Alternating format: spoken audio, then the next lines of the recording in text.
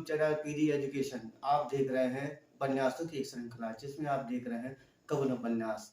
मैंने अपने उपन्यास की पूरी पार्ट अपने चैनल में अपलोड कर दी है, जिसे आप जाके देख सकते हैं।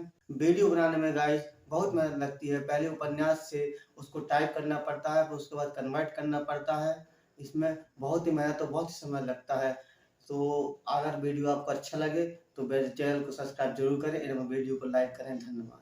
गबन उपन्यास भाग 51। दारोगा घर जाकर लेट रहे। 11 बज रहे थे। नींद खुली तो 8 बज गए थे। उठकर बैठे ही थे कि टेलीफोन पर पुकार हुई। जाकर सुनने लगे। डिप्टी साहब बोल रहे थे, इस रमानाथ ने बड़ा गोलमाल कर दिया है। उसे किसी दूसरी जगह ठहराया जाएगा। उसका सब सामान कमिश्नर साहब के पास भेज देना होगा। रात को वह बंगले पर था या नहीं? दारोगा ने कहा, जी नहीं, रात मुझसे बहाना करके अपनी बीवी के पास चला गया था।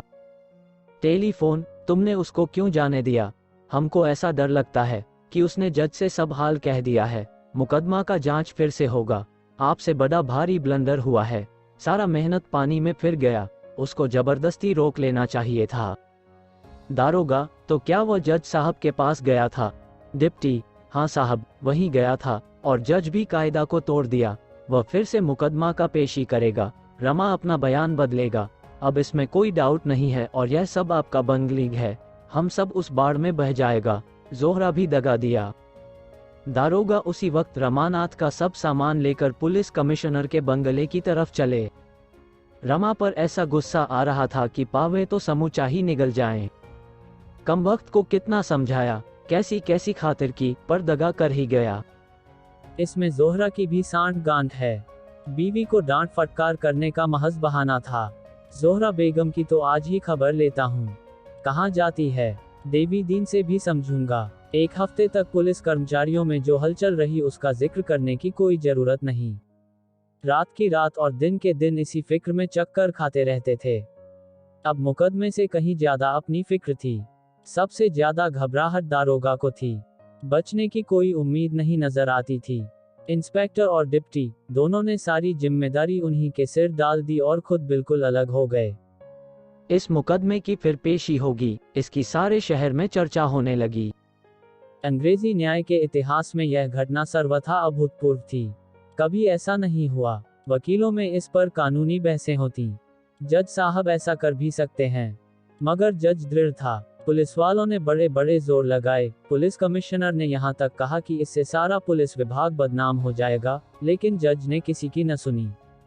झूठे सबूतों पर 15 आदमियों की जिंदगी बर्बाद करने की जिम्मेदारी सिर पर लेना उसकी आत्मा के लिए असह्य था। उसने हाईकोर्ट को सूचना दी और गवर्नमेंट को भी। इधर पुलिस वाले रात दिन रमा की तलाश में दौड़ धूप करते रहते थे, लेकिन रमा न जाने कहां जा छिपा था कि उसका कुछ पता ही न चलता था। हफ्तों सरकारी कर्मचारियों में लिखा पड़ी होती रही। मनो कागज स्याह कर दिए गए। उधार समाचार पत्रों में इस मामले पर नित्य आलोचना होती रहती थी। एक पत्रकार ने जालपा से मुलाकात की और उसका बयान छाप दिया। दूसरे ने जोहरा का बयान छाप दिया। इन दोनों बयानों ने पुलिस की बखिया उधेड़ दी। जोहरा ने तो लिखा था कि मुझे 50 रुपए रोज इसलिए दिए जाते थे कि रमानाथ को बहलाती रहूं और उसे कुछ सोचने या विचार करने का अवसर न मिले। पुलिस ने इन बयानों को पढ़ा तो दांत पीस लिए। जोहरा और जालपा दोनों कहीं और जा छिपी, नहीं तो पुलिस ने जरूर उनकी शरारत का मजा चखाया होता। आखिर 2 महीने के बाद फैसला हुआ। इस मुकदमे पर विचार करने के लिए एक सिविलियन नियुक्त किया गया। शहर के बाहर एक बंगले में विचार हुआ, जिसमें ज्यादा भीड़ भाड़ न हो, फिर भी रोज 10-12 हजार आदमी जमा हो जाते थे। पुलिस ने एड़ी चोटी का जोर लगाया कि मुलजिमों में कोई मुखबिर बन जाए, पर उसका उद्योग न सफल हुआ। दारोगाजी चाहते तो नई शहादतें बना सकते थे, पर अपने अफसरों की स्वार्थपरता पर वह इतने खिन्न हुए कि दूर से तमाशा देखने के सिवा और कुछ न किया। जब सारा यश अफसरों को मिलता और सारा अपयश मातहतों को, तो दारोगाजी को क्या गर्ज पड़ी थी कि नई शहादतों की फिक्र में सिर खपाते। इस मामले में अफसरों ने सारा दोष दारोगा ही के सिर मढ़ा। उन्हीं की बेपरवाही से रमानाथ हाथ से निकला। अगर ज्यादा सख्ती से निगरानी की जाती तो जालपा कैसे उसे खत लिख सकती और वह कैसे रात को उससे मिल सकता था। ऐसी दशा में मुकदमा उठा लेने के सिवा और क्या किया जा सकता था। तबेले की बला बंदर के सिर गई। दारोगा तंजुल हो गए और नायब दारोगा का तराई में तबादला कर दिया गया। जिस दिन मुलजिमों को छोड़ा गया, आधा शहर उनका स्वागत करने को जमा था। पुलिस ने 10 बजे रात को उन्हें छोड़ा, पर दर्शक जमा हो ही गए। लोग जालपा को भी खींच ले गए। पीछे पीछे देवी दीन भी पहुंचा। जालपा पर फलों की वर्षा हो रही थी और जालपा देवी की जय जय से आकाश गूंज रहा था। मगर रमानाथ की परीक्षा अभी समाप्त न हुई थी। उस पर दरोग बयानी का अभियोग चलाने का निश्चय हो गया। गबन उपन्यास भाग 52। उसी बंगले में ठीक 10 बजे मुकदमा पेश हुआ। सावन की झड़ी लगी हुई थी। कलकत्ता दलदल हो रहा था, लेकिन दर्शकों का एक अपार समूह सामने मैदान में खड़ा था। महिलाओं में दिनेश की पत्नी और माता भी आई हुई थीं। पेशी से 10-15 मिनट पहले जालपा और जोहरा भी बंद गाड़ियों में आ पहुंची। महिलाओं को अदालत के कमरे में जाने की आज्ञा मिल गई। पुलिस की शहादतें शुरू हुई। डिप्टी सुपरिंटेंडेंट, इंस्पेक्टर, दारोगा, नायब दारोगा सभी के बयान हुए। दोनों तरफ के वकीलों ने जिरहें भी की, पर इन कार्रवाइयों में उल्लेखनीय कोई बात न थी।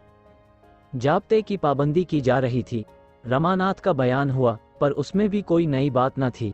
उसने अपने जीवन के गत 1 वर्ष का पूरा वृतांत कह सुनाया, कोई बात न छिपाई। वकील के पूछने पर उसने कहा, जालपा के त्याग, निष्ठा और सत्य प्रेम ने मेरी आंखें खोली, और उससे भी ज्यादा जोहरा के सौजन्य और निष्कपट व्यवहार ने। मैं इसे अपना सौभाग्य समझता हूँ कि मुझे उस तरफ से प्रकाश मिला जिधर औरों को अंधकार मिलता है।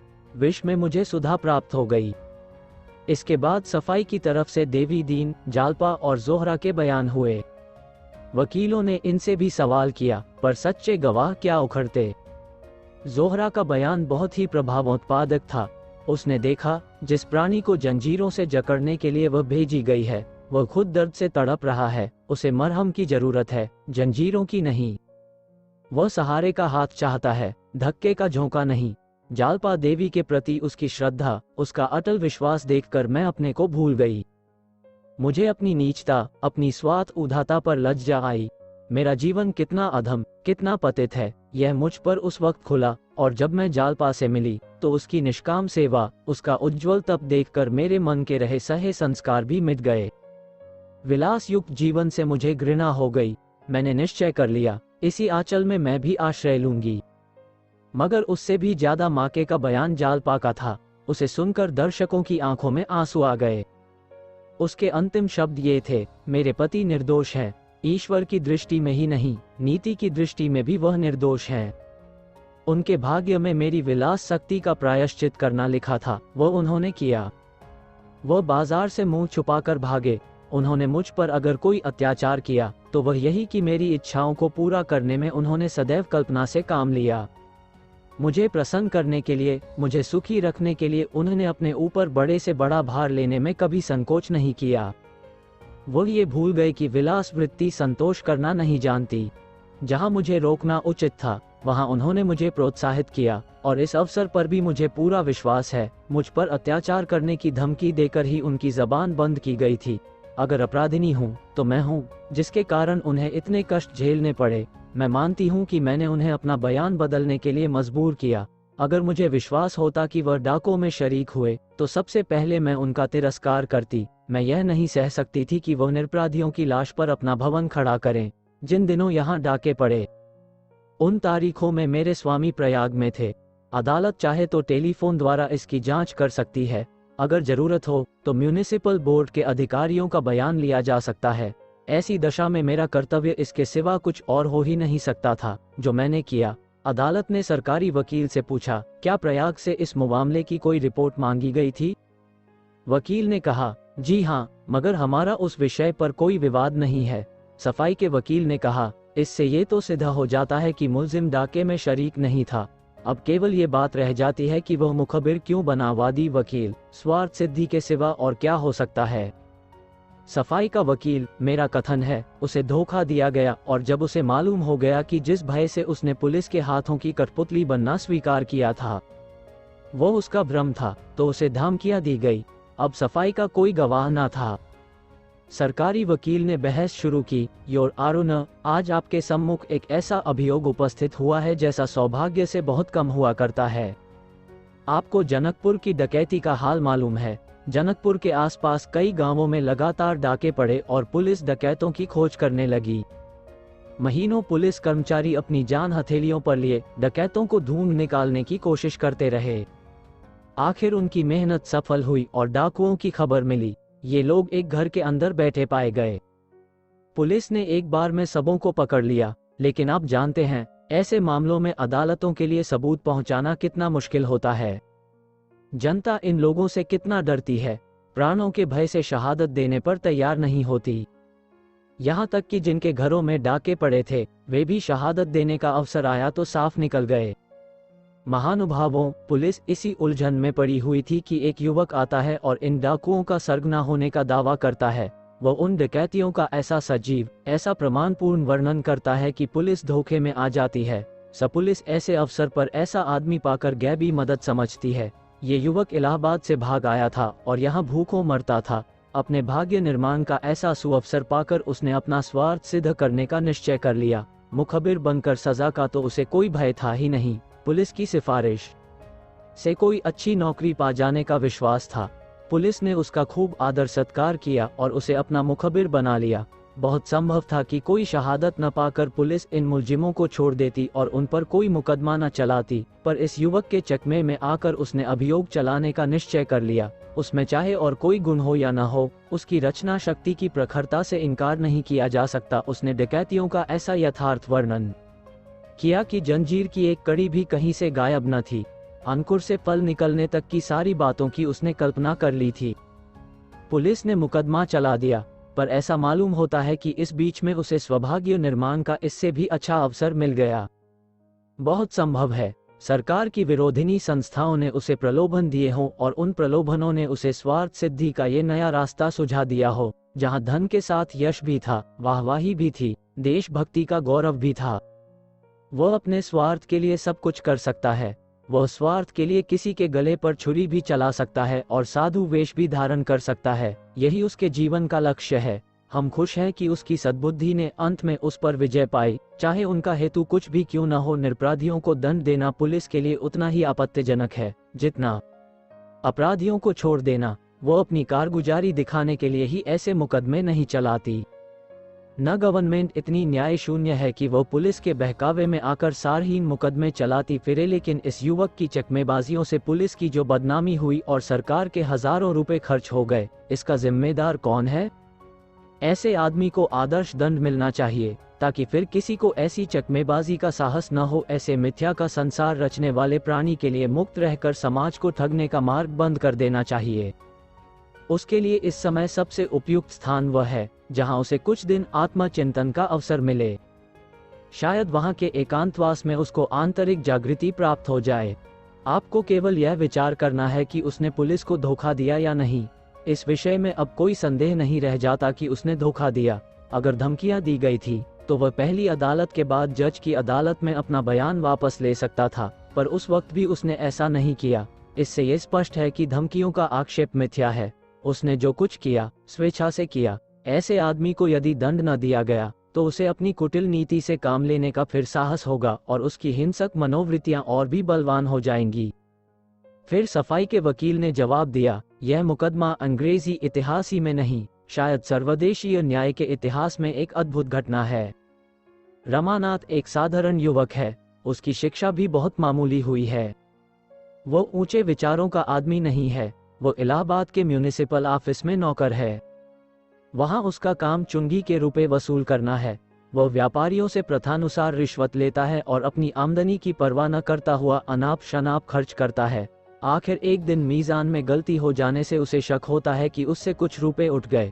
वह इतना घबरा जाता है कि किसी से कुछ नहीं कहता, बस घर से भाग खड़ा होता है। वहां दफ्तर में उस पर शुबहा होता है और उसके हिसाब की जांच होती है। तब मालूम होता है कि उसने कुछ गबन नहीं किया, सिर्फ हिसाब की भूल थी। फिर रमानाथ के पुलिस के पंजे में फंसने, गर्जी मुखबिर बनने और शहादत देने का जिक्र करते हुए उसने कहा, अब रमानाथ के जीवन में एक नया परिवर्तन होता है। ऐसा परिवर्तन जो एक विलास प्रिय, पदलोलुप युवक को धर्मनिष्ठ और कर्तव्यशील बना देता है। उसकी पत्नी जालपा, जिसे देवी कहा जाए तो अतिशयोक्ति न होगी, उसकी तलाश में प्रयाग से यहाँ आती है और यहाँ जब उसे मालूम होता है कि रमा एक मुकदमे में पुलिस का मुखबिर हो गया है तो वह उससे छिपकर मिलने आती है। रमा अपने बंगले में आराम से पड़ा हुआ है, फाटक पर संतरी पहरा दे रहा है। जालपा को पति से मिलने में सफलता नहीं होती, तब वो एक पत्र लिखकर उसके सामने फेंक देती है और देवी दीन के घर चली जाती है। रमा ये पत्र पढ़ता है और उसकी आंखों के सामने से पर्दा हट जाता है। वो छिपकर जालपा के पास जाता है। जालपा उससे सारा वृत्तांत कह सुनाती है और उससे अपना बयान वापस लेने पर जोर देती है। रमा पहले शंकाएं करता है, पर बाद को राजी हो जाता है और अपने बंगले पर लौट जाता है। वहां वो पुलिस अफसरों से साफ कह देता है कि मैं अपना बयान बदल दूंगा। अधिकारी उसे तरह तरह के प्रलोभन देते हैं, पर जब इसका रमा पर कोई असर नहीं होता और उन्हें मालूम हो गया है कि उस पर गबन का कोई मुकदमा नहीं है, तो वे उसे जालपा को गिरफ्तार करने की धमकी देते हैं। रमा की हिम्मत टूट जाती है। वह जानता है पुलिस जो चाहे कर सकती है, इसलिए वह अपना इरादा तब्दील कर देता है और वह जज के इजलास में अपने बयान का समर्थन कर देता है। अदालत में रमा से सफाई ने कोई जिरह नहीं की थी, यहाँ उससे जिरह की गई, लेकिन इस मुकदमे से कोई सरोकार न रखने पर भी उसने जिरहों के ऐसे जवाब दिए कि जज को भी कोई शक न हो सका और मुल्जिमों को सजा हो गई। रमानाथ की और भी खातिरदारियां होने लगीं। उसे एक सिफारिशी खत दिया गया और शायद उसकी यूपी गवर्नमेंट से सिफारिश भी की गई। फिर जालपा देवी ने फांसी की सजा पाने वाले मुलजिम दिनेश के बाल बच्चों का पालन पोषण करने का निश्चय किया। इधर उधर से चंदे मांग कर वह उनके लिए जिंदगी की जरूरतें पूरी करती थी। उसके घर का कामकाज अपने हाथों करती थी। उसके बच्चों को खिलाने को ले जाती थी। एक दिन रमानाथ मोटर पर सैर करता हुआ जालपा को सिर पर एक पानी का मटका रखे देख लेता है। उसकी आत्म मर्यादा जाग उठती है। जोहरा को पुलिस कर्मचारियों ने रमानाथ के मनोरंजन के लिए नियुक्त कर दिया है। जोहरा युवक की मानसिक वेदना देखकर द्रवित हो जाती है और वह जालपा का पूरा समाचार लाने के इरादे से चली जाती है। दिनेश के घर उसकी जालपा से भेंट होती है। जालपा का त्याग, सेवा और साधना देखकर इस वेश्या का हृदय इतना प्रभावित हो जाता है कि वह अपने जीवन पर लज्जित हो जाती है और दोनों में बहनापा हो जाता है। वो एक सप्ताह के बाद जाकर रमा से सारा वृत्तांत कह सुनाती है। रमा उसी वक्त वहां से चल पड़ता है और जालपा से 2-4 बातें करके जज के बंगले पर चला जाता है। उसके बाद जो कुछ हुआ वो हमारे सामने है। मैं यह नहीं कहता कि उसने झूठी गवाही नहीं दी, लेकिन उस परिस्थिति और उन प्रलोभनों पर ध्यान दीजिए तो इस अपराध की गहनता बहुत कुछ घट जाती है। उस झूठी गवाही का परिणाम अगर यह होता कि किसी निरपराध को सजा मिल जाती तो दूसरी बात थी। इस अवसर पर तो 15 युवकों की जान बच गई। क्या अब भी वो झूठी गवाही का अपराधी है? उसने खुद ही तो अपनी झूठी गवाही का इकबाल किया है। क्या इसका उसे दंड मिलना चाहिए? उसकी सरलता और सज्जनता ने एक वेश्या तक को मुग्ध कर दिया और वह उसे बहकाने और बहलाने के बदले उसके मार्ग का दीपक बन गई। जालपा देवी की कर्तव्यपरायणता क्या दंड के योग्य है? जालपा ही इस ड्रामा की नायिका है। उसके सदनुराग, उसके सरल प्रेम, उसकी धर्मपरायणता, उसकी पतिभक्ति, उसके स्वार्थ त्याग, उसकी सेवा निष्ठा, किस किस गुण की प्रशंसा की जाए। आज वह रंगमंच पर न आती तो 15 परिवारों के चिराग गुल हो जाते। उसने 15 परिवारों को अभयदान दिया है। उसे मालूम था कि पुलिस का साथ देने से सांसारिक भविष्य कितना उज्जवल हो जाएगा, वह जीवन की कितनी ही चिंताओं से मुक्त हो जाएगी। संभव है उसके पास भी मोटर कार हो जाएगी, नौकर चाकर हो जाएंगे, अच्छा सा घर हो जाएगा, बहुमूल्य आभूषण होंगे। क्या एक युवती रमणी के हृदय में इन सुखों का कुछ भी मूल्य नहीं है? लेकिन वह ये यातना सहने के लिए तैयार हो जाती है। क्या यही उसके धर्मानुराग का उपहार होगा कि वह पति वंचित होकर जीवन पथ पर भटकती गिरे एक साधारण स्त्री में जिसने उच्च कोटि की शिक्षा नहीं पाई? क्या इतनी निष्ठा, इतना त्याग, इतना विमर्श किसी दैवी प्रेरणा का परिचायक नहीं है? क्या एक पतिता का ऐसे कार्य में सहायक हो जाना कोई महत्व नहीं रखता? मैं तो समझता हूँ रखता है। ऐसे अभियोग रोज नहीं पेश होते। शायद आप लोगों को अपने जीवन में फिर ऐसा अभियोग सुनने का अवसर न मिले। यहाँ आप एक अभियोग का फैसला करने बैठे हुए हैं, मगर इस कोर्ट के बाहर एक और बहुत बड़ा न्यायालय है जहाँ आप लोगों के न्याय पर विचार होगा। जालपा का वही फैसला न्यायानोयल होगा जिसे बाहर का विशाल न्यायालय स्वीकार करे। वह न्यायालय कानूनों की बारीकियों में नहीं पड़ता जिनमें उलझकर, जिनकी पेचीदगियों में फंसकर हम अक्सर पथ भ्रष्ट हो जाया करते हैं, अक्सर दूध का पानी और पानी का दूध कर बैठते हैं। अगर आप झूठ पर पश्चाताप करके सच्ची बात कह देने के लिए, भोग विलास युक्त जीवन को ठुकरा कर फटेहालों जीवन व्यतीत करने के लिए किसी को अपराधी ठहराते हैं, तो आप संसार के सामने न्याय का कोई ऊंचा आदर्श नहीं उपस्थित कर रहे हैं। सरकारी वकील ने इसका प्रत्युत्तर देते हुए कहा, माम और आदर्श अपने स्थान पर बहुत ही आदर की चीजें हैं, लेकिन जिस आदमी ने जानबूझकर झूठी गवाही दी, उसने अपराध अवश्य किया और इसका उसे दंड मिलना चाहिए। ये सत्य है कि उसने प्रयाग में कोई गबन नहीं किया था और उसे इसका भ्रम मात्र था, लेकिन ऐसी दशा में एक सच्चे आदमी का ये कर्तव्य था कि वह गिरफ्तार हो जाने पर अपनी सफाई देता। उसने सजा के भय से झूठी गवाही देकर पुलिस को क्यों धोखा दिया, यह विचार करने की बात है। अगर आप समझते हैं कि उसने अनुचित काम किया, तो आप उसे अवश्य दंड देंगे। अब अदालत के फैसला सुनाने की बारी आई। सभी को रमा से सहानुभूति हो गई थी, पर इसके साथ ही यह भी मानी हुई बात थी कि उसे सजा होगी। क्या सजा होगी, यही देखना था। लोग बड़ी उत्सुकता से फैसला सुनने के लिए और सिमट आए, कुर्सियां और आगे खींच ली गई और कनबत्तियां भी बंद हो गई। मुआमला केवल ये है कि एक युवक ने अपनी प्राण रक्षा के लिए पुलिस का आश्रय लिया, और जब उसे मालूम हो गया कि जिस भय से वह पुलिस का आश्रय ले रहा है वह सर्वथा निर्मूल है, तो उसने अपना बयान वापस ले लिया। रमानाथ में अगर सत्यनिष्ठा होती तो वह पुलिस का आश्रय ही क्यों लेता, लेकिन इसमें कोई संदेह नहीं कि पुलिस ने उसे रक्षा का यह उपाय सुझाया और इस तरह उसे झूठी गवाही देने का प्रलोभन दिया। मैं यह नहीं मान सकता कि इस मामले में गवाही देने का प्रस्ताव स्वतः उसके मन में पैदा हो गया। उसे प्रलोभन दिया गया, जिसे उसने दंड भय से स्वीकार कर लिया।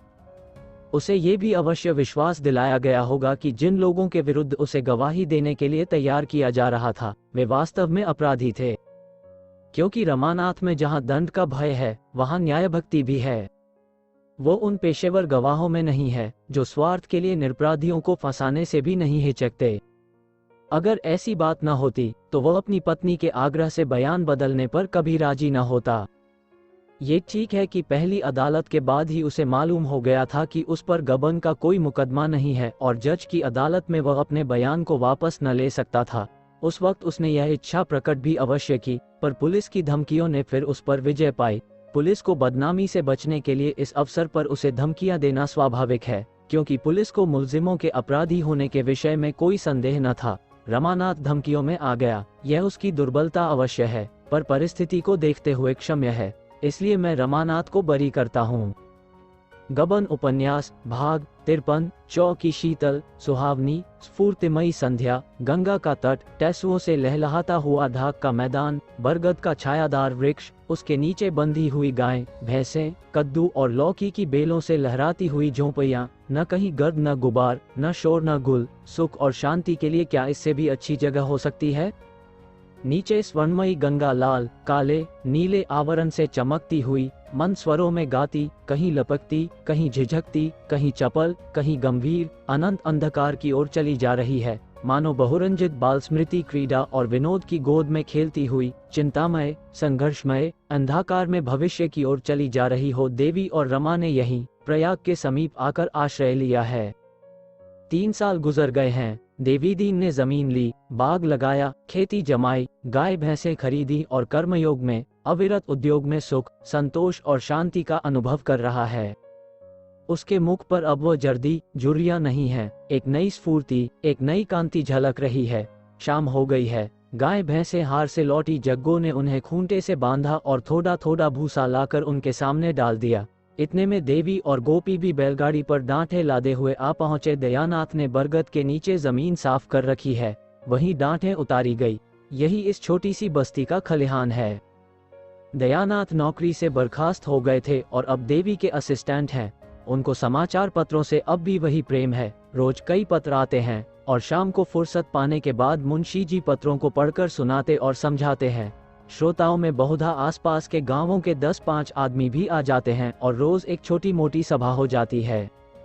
रमा को तो इस जीवन से इतना अनुराग हो गया है कि अब शायद उसे थानेदारी ही नहीं, चुंगी की इंस्पेक्टरी भी मिल जाए तो शहर का नाम न ले।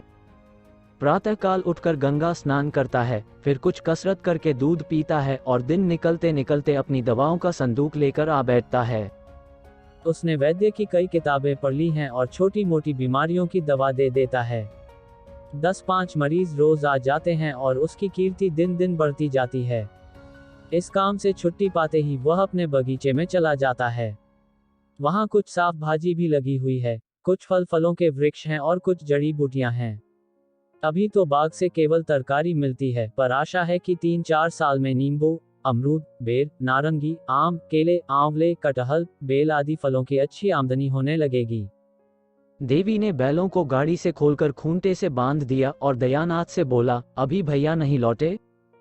दयानाथ ने दांतों को समेटते हुए कहा, अभी तो नहीं लौटे, मुझे तो अब इनके अच्छे होने की आशा नहीं है। जमाने का उधार है। कितने सुख से रहती थी, गाड़ी थी, बंगला था, दर्जनों नौकर थे, अब ये हाल है। सामान सब मौजूद है, वकील साहब ने अच्छी संपत्ति छोड़ी थी, मगर भाई भतीजों ने हड़प ली। देवी दीन भैया कहते थे, अदालत करती तो सब मिल जाता, पर कहती हैं, मैं अदालत में झूठ न बोलूंगी। औरत बड़े ऊंचे विचार की है। सहसा जागेश्वरी एक छोटे से शिशु को गोद में लिए हुए एक झोंपड़े से निकली और बच्चे को दयानाथ की गोद में देती हुई देवी दीन से बोली, भैया जरा चलकर रतन को देखो, जाने कैसी हुई जाती है। जोहरा और बहू दोनों रो रही हैं, बच्चा न जाने कहाँ रह गए। देवी दीन ने दयानाथ से कहा, चलो लाला देखें। जागेश्वरी बोली, ये जाकर क्या करेंगे, बीमार को देखकर तो इनकी नानी पहले ही मर जाती है। देवी दीन ने रतन की कोठरी में जाकर देखा, रतन बांस की एक खाट पर पड़ी थी। देह सूख गई थी, वो सूर्यमुखी का सा खिला हुआ चेहरा मुरझाकर पीला हो गया था। वो रंग जिन्होंने चित्र को जीवन और स्पंदन प्रदान कर रखा था, उड़ गए थे, केवल आकार शेष रह गया था। वो श्रवण प्रिय, प्राणप्रद, विकास और आह्लाद में डूबा हुआ संगीत मानो आकाश में विलीन हो गया था, केवल उसकी क्षीण उदास प्रतिध्वनि रह गई थी। जोहरा उसके ऊपर झुकी उसे करुण, विवश, कातर, निराश तथा तृष्णामय नजरों से देख रही थी। आज साल भर से उसने रतन की सेवा शुश्रूषा में दिन को दिन और रात को रात न समझा था। रतन ने उसके साथ जो स्नेह किया था, उस अविश्वास और बहिष्कार के वातावरण में जिस खुले निसंकोच भाव से उसके साथ बहनापा निभाया था, उसका एहसान वह और किस तरह मानती।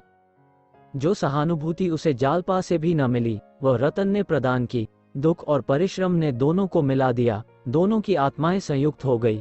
ये घनिष्ठ स्नेह उसके लिए एक नया ही अनुभव था, जिसकी उसने कभी कल्पना भी न की थी। इस मौके में उसके वंचित हृदय ने पति प्रेम और पुत्र स्नेह दोनों ही पा लिया। देवी दीन ने रतन के चेहरे की ओर सचिंत नजरों से देखा, तब उसकी नाड़ी हाथ में लेकर पूछा, कितनी देर से नहीं बोली? जालपा ने आंखें पोंछ कर कहा, अभी तो बोलती थी। एकाएक आंखें ऊपर चढ़ गई और बेहोश हो गई। वैद्य जी को लेकर अभी तक नहीं आए?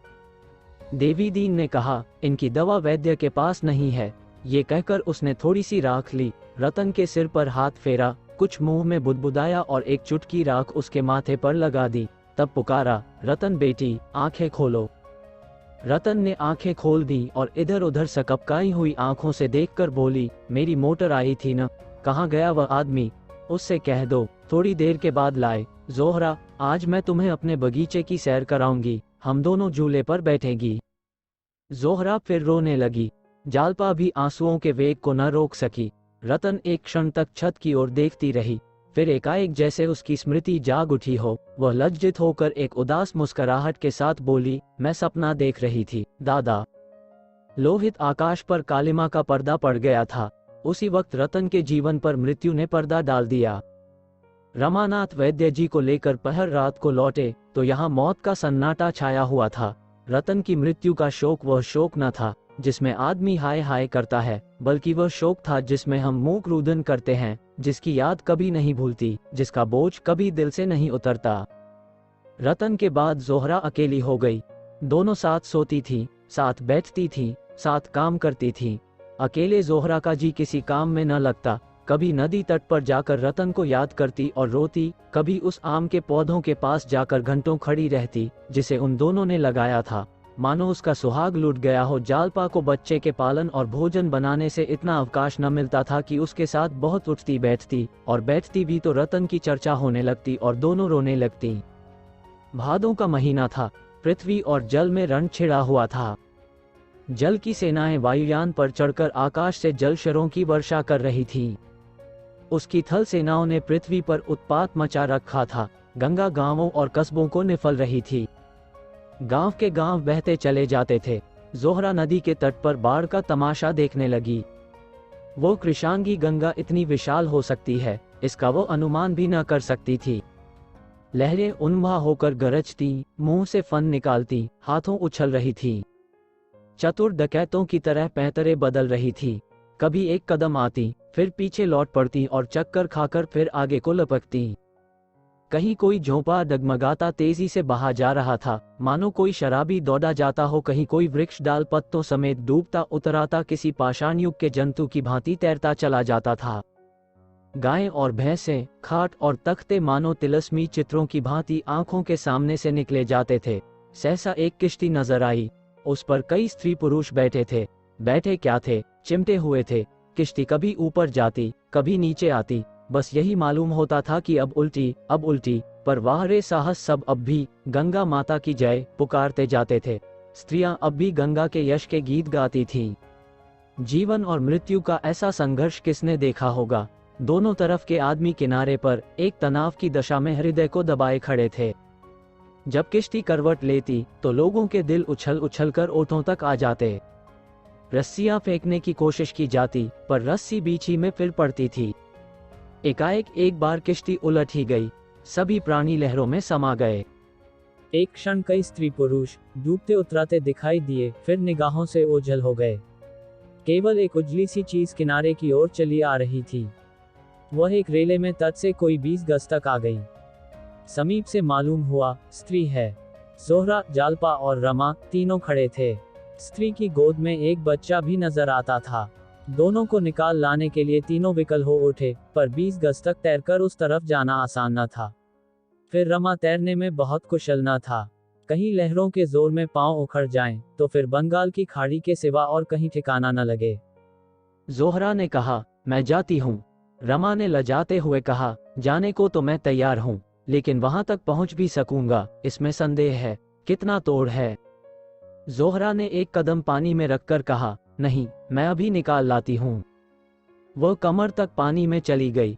रमा ने सशंक होकर कहा, क्यों नाहक जान देने जाती हो, वहां शायद एक गड्ढा है, मैं तो जा ही रहा था। जोहरा ने हाथों से मना करते हुए कहा, नहीं नहीं, तुम्हें मेरी कसम, तुम न आना, मैं अभी लिए आती हूँ, मुझे तैरना आता है। जालपा ने कहा, लाश होगी और क्या, रमानाथ, शायद अभी जान हो। जालपा, अच्छा, तो जोहरा तो तैर भी लेती है। जब ही हिम्मत हुई। रमा ने जोहरा की ओर चिंतित आंखों से देखते हुए कहा, हाँ, कुछ कुछ जानती तो है। ईश्वर करे लौट आए, मुझे अपनी कायरता पर लज्जा आ रही है। जालपा ने बेहयाई से कहा, इसमें लज्जा की कौन सी बात है। मरी लाश के लिए जान को जोखिम में डालने से फायदा, जीती होती तो मैं खुद तुमसे कहती, जाकर निकाल लाओ। रमा ने आत्मधिक्कार के भाव से कहा, यहाँ से कौन जान सकता है, जान है या नहीं। सचमुच बाल बच्चों वाला आदमी नामर्द हो जाता है। मैं खड़ा रहा और जोहरा चली गई। सहसा एक जोर की लहर आई और लाश को फिर धारा में बहा ले गई। जोहरा लाश के पास पहुंच चुकी थी। उसे पकड़कर खींचना ही चाहती थी कि इस लहर ने उसे दूर कर दिया। जोहरा खुद उसके जोर में आ गई और प्रवाह की ओर कई हाथ बह गई। वो फिर संभली, पर एक दूसरी लहर ने उसे फिर धकेल दिया। रमा व्यग्र होकर पानी में गिर पड़ा और जोर जोर से पुकारने लगा, जोहरा जोहरा, मैं आता हूँ। मगर जोहरा में अब लहरों से लड़ने की शक्ति न थी। वह वेग से लाश के साथ ही धारे में बही जा रही थी। उसके हाथ पांव हिलना बंद हो गए थे। एकाएक एक ऐसा रेला आया कि दोनों ही उसमें समा गई। 1 मिनट के बाद जोहरा के काले बाल नजर आए। केवल एक क्षण तक यही अंतिम झलक थी, फिर वह नजर न आई। रमा कोई 100 गज तक जोरों के साथ हाथ पांव मारता हुआ गया, लेकिन इतनी ही दूर में लहरों के वेग के कारण उसका दम फूल गया। अब आगे जाए कहाँ। जोहरा का तो कहीं पता भी न था। वही आखिरी झलक आंखों के सामने थी। किनारे पर जालपा खड़ी हाय हाय कर रही थी, यहाँ तक कि वह भी पानी में कूद पड़ी। रमा अब आगे न बढ़ सका। एक शक्ति आगे खींचती थी, एक पीछे। आगे की शक्ति में अनुराग था, निराशा थी, बलिदान था। पीछे की शक्ति में कर्तव्य था, स्नेह था, बंधन था। बंधन ने रोक लिया, वह लौट पड़ा। कई मिनट तक जालपा और रमा घुटनों तक पानी में खड़े उसी तरफ ताकते रहे। रमा की जबान आत्मधिक्कार ने बंद कर रखी थी, जालपा की शोक और लज्जा ने। आखिर रमा ने कहा, पानी में क्यों खड़ी हो, सर्दी हो जाएगी। जालपा पानी से निकलकर तट पर खड़ी हो गई, पर मुंह से कुछ न बोली। मृत्यु के इस आघात ने उसे पराभूत कर दिया था। जीवन कितना अस्थिर है, ये घटना आज दूसरी बार उसकी आंखों के सामने चरितार्थ हुई। रतन के मरने की पहले से आशंका थी। मालूम था कि वह थोड़े दिनों की मेहमान है, मगर जोहरा की मौत तो वज्राघात के समान थी। अभी आधा घड़ी पहले तीनों आदमी प्रसन्नचित जल क्रीड़ा देखने चले थे। किसे शंका थी कि मृत्यु की ऐसी भीषण पीड़ा उनको देखनी पड़ेगी। इन 4 सालों में जोहरा ने अपनी सेवा, आत्मत्याग और सरल स्वभाव से सभी को मुग्ध कर लिया था। उसके अतीत को मिटाने के लिए, अपने पिछले दागों को धो डालने के लिए उसके पास इसके सिवा और क्या उपाय था। उसकी सारी कामनाएं, सारी वासनाएं सेवा में लीन हो गई। कलकत्ता में वह विलास और मनोरंजन की वस्तु थी। शायद कोई भला आदमी उसे अपने घर में न घुसने देता। यहाँ सभी उसके साथ घर के प्राणी का सा व्यवहार करते थे। दयानाथ और जागेश्वरी को ये कहकर शांत कर दिया गया था कि वह देवी दीन की विधवा बहू है। जोहरा ने कलकत्ता में जालपा से केवल उसके साथ रहने की भिक्षा मांगी थी। अपने जीवन से उसे घृणा हो गई थी। जालपा की विश्वासमय उदारता ने उसे आत्मशुद्धि के पथ पर डाल दिया। रतन का पवित्र, निष्काम जीवन उसे प्रोत्साहित किया करता था। थोड़ी देर के बाद रमा भी पानी से निकला और शोक में डूबा हुआ घर की ओर चला। मगर अक्सर वो और जालपा नदी के किनारे आ बैठते और जहां जोहरा डूबी थी उस तरफ घंटों देखा करते। कई दिनों तक उन्हें यह आशा बनी रही कि शायद जोहरा बच गई हो और किसी तरफ से चली आए, लेकिन धीरे धीरे ये क्षीण आशा भी शोक के अंधकार में खो गई। मगर अभी तक जोहरा की सूरत उनकी आंखों के सामने गिरा करती है। उसके लगाए हुए पौधे, उसकी पाली हुई बिल्ली, उसके हाथों के सिले हुए कपड़े, उसका कमरा, ये सब उसकी स्मृति के चिन्ह। उनके पास जाकर रमा की आंखों के सामने जोहरा की तस्वीर खड़ी हो जाती है।